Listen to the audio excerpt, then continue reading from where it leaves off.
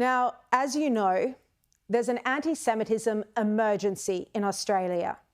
Yet Anthony Albanese is rejecting calls for more meaningful and tougher action, even calls from his own hand-picked anti-Semitism envoy, Gillian Segal.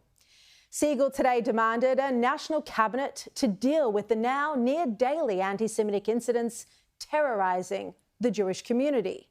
She called for mandatory sentencing and strong penalties across state jurisdictions for anti-Semitic incidents.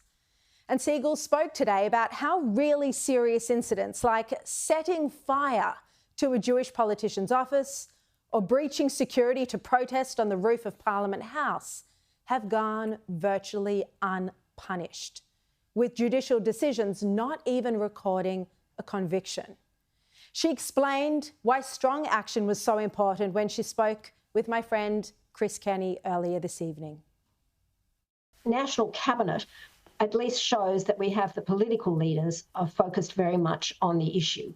Certainly the Prime Minister responded very promptly and rang me immediately, and we had a couple of chats, as he said there.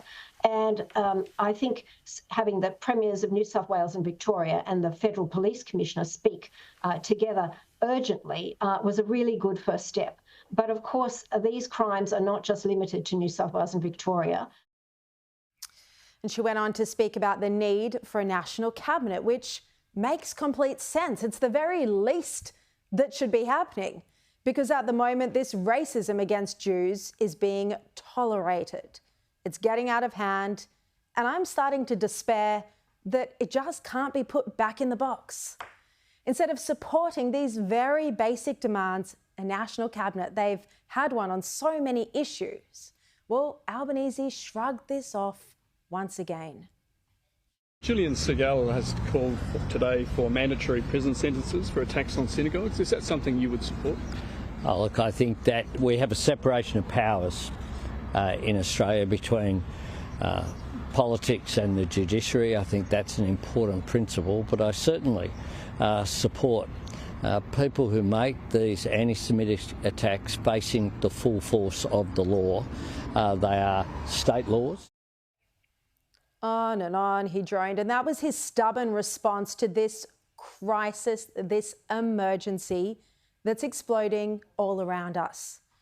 Now, Peter Dutton has twice written to the Prime Minister demanding he convene a national cabinet. He first wrote to him in November and again today. And this is what his letter today says. It is particularly alarming that incidents such as the firebombing of the Adass synagogue and repeated acts of hate speech have been met with what Ms Segal aptly described as effective impunity. Stronger action is needed to send a clear message that anti-Semitism and hate crimes of any kind will not be tolerated in Australia. This situation threatens not only the safety of Jewish Australians, but also the social cohesion and democratic values of our nation. But I won't hold my breath for Albanese to bother to respond to that letter, or even for him to start caring about this issue, truly caring. Because Albanese is also refusing to acknowledge that his own government's hostile and inaccurate accusations against Israel have fueled anti-Semitism in Australia, that their abuse of Israel's actions, as it has tried to bring home hostages and defeat terror, have only emboldened the haters. The Albanese government's very criticisms are echoed by pro-Palestinian extremists who level the same accusations against Israel, but in a dangerous way that is now manifesting as attacks against Jews and synagogues. Albanese has refused to acknowledge this confronting fact that his own government is partly responsible for the unprecedented racism we are seeing. Now, I know that Albanese thinks voters don't really care about this issue, but he's wrong. He needs to understand that the vast majority of voting Australians don't like the hatred and violence that's arisen in our suburbs and city streets. It's the antithesis of the values we embrace that we're proud of as Australians. The Prime Minister has comprehensively failed to shut this racism down, and now he's rejecting the advice of his own appointee. This is the worst failure of leadership on an issue of absolute critical importance and national security.